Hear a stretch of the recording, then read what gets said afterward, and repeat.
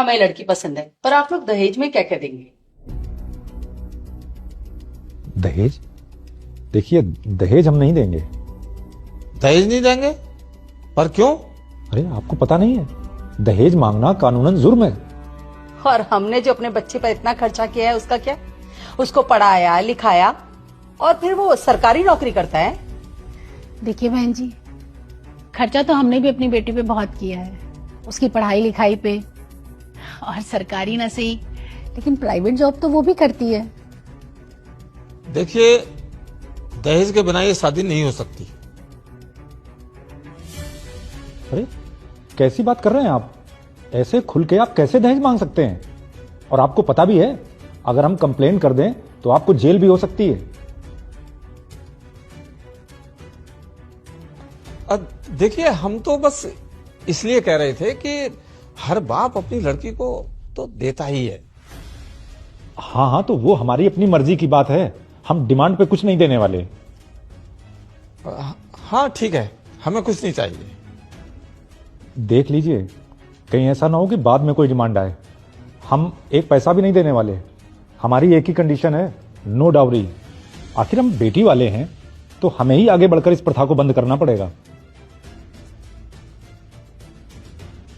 ठीक है, जैसा आपको अच्छा लगे, पर एक कंडीशन हमारी भी है। जी बताइए। देखिए, आज हम ये रिश्ता पक्का करते हैं बच्चों का, और कल को शादी भी हो जाएगी। लेकिन बस हम इतना चाहते हैं कि कल को इन दोनों के बीच में ऐसा कुछ ना हो जिससे कोई परेशानी आए इनके जीवन में, इनको अलग होना पड़े। हाँ, ये तो सही बात है आपकी। पर कल को इनकी नहीं बनती, जो आजकल नॉर्मल बात है कि जरा जरा सी बात पर डाइवोर्स लेना, अलग होना। ये तो आम बात हो गई है आजकल। देखिए, आज हम आपसे दहेज में 1 रुपया भी नहीं लेंगे, लेकिन कल को इन दोनों के बीच में कुछ हुआ और ये अलग अलग हुए तो हम एलिमनी में भी 1 रुपया भी नहीं देंगे। ये शर्त आपको मंजूर है तो हमें ये रिश्ता मंजूर है। लेकिन हस्बैंड की प्रॉपर्टी में तो वाइफ का हिस्सा होता है ना। हाँ होता है, लेकिन तब तक जब तक वो दोनों हस्बैंड वाइफ हैं, डिवोर्स के बाद नहीं। और फिर आपकी बेटी तो पढ़ी लिखी है, कमाती है, हमें ना डिवोर्स के बाद उसकी कमाई में से कुछ नहीं चाहिए। लेकिन शर्त यह है कि हम अपने घर से या अपने बेटे की कमाई से भी उसे कुछ नहीं देंगे। देखिए, ऐसा नहीं है कि हम लोग दहेज लेना चाहते हैं या दहेज के लालची हैं, हम भी उसके खिलाफ हैं। लेकिन शर्त यह है कि अगर हम दहेज नहीं लेंगे तो हम एलिमनी भी नहीं देंगे, इन केस कभी अगर बच्चों का डिवोर्स हुआ तो।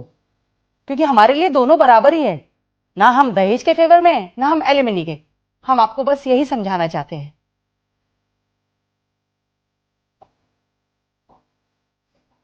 वाह, अरे ये भी बात कोई मानने वाली है।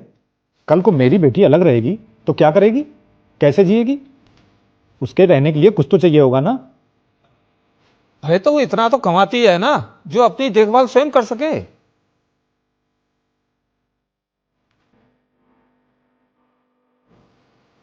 और फिर जब आप दहेज की प्रथा के इतने खिलाफ हैं तो एलिमनी के इतने फेवर में क्यों हो? इसके खिलाफ रहिए ना। ना दहेज देंगे ना एलिमनी में 1 रुपया लेंगे।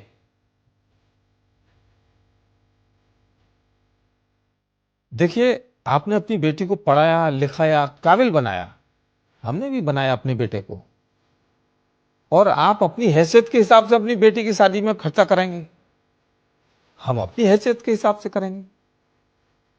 और जब ऐसी बात है तो फिर लड़के वालों को ही डाइवोर्स के टाइम आधी प्रॉपर्टी देनी पड़ती है, और ये नॉर्मल हो गया है बिल्कुल। कुछ लड़कियों ने तो इसे बिजनेस बना लिया है।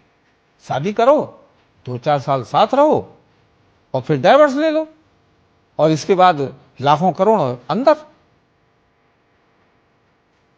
और देखिए, हमारी यही कंडीशन है, अगर आप लोग एग्री हैं तो ये एग्रीमेंट है जो हम शादी के टाइम साइन कर लेंगे। और नहीं तो हमें शादी नहीं कर सकते।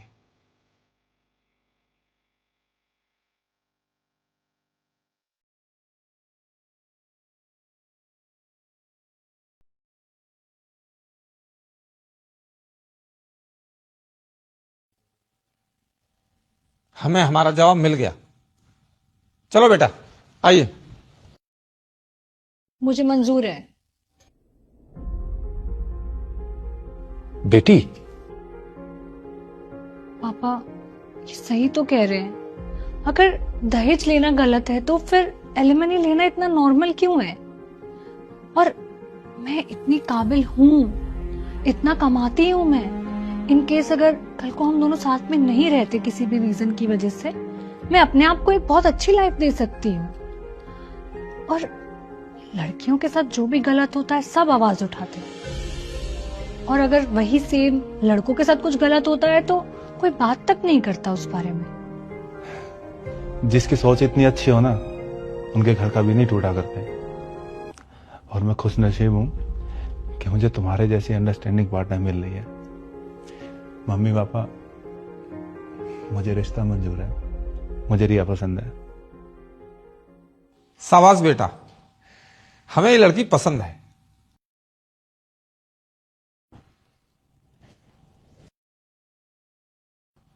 ठीक है, जब दूल्हा दुल्हन राजी तो हमें भी मंजूर है। लीजिए मिठाई खाइए।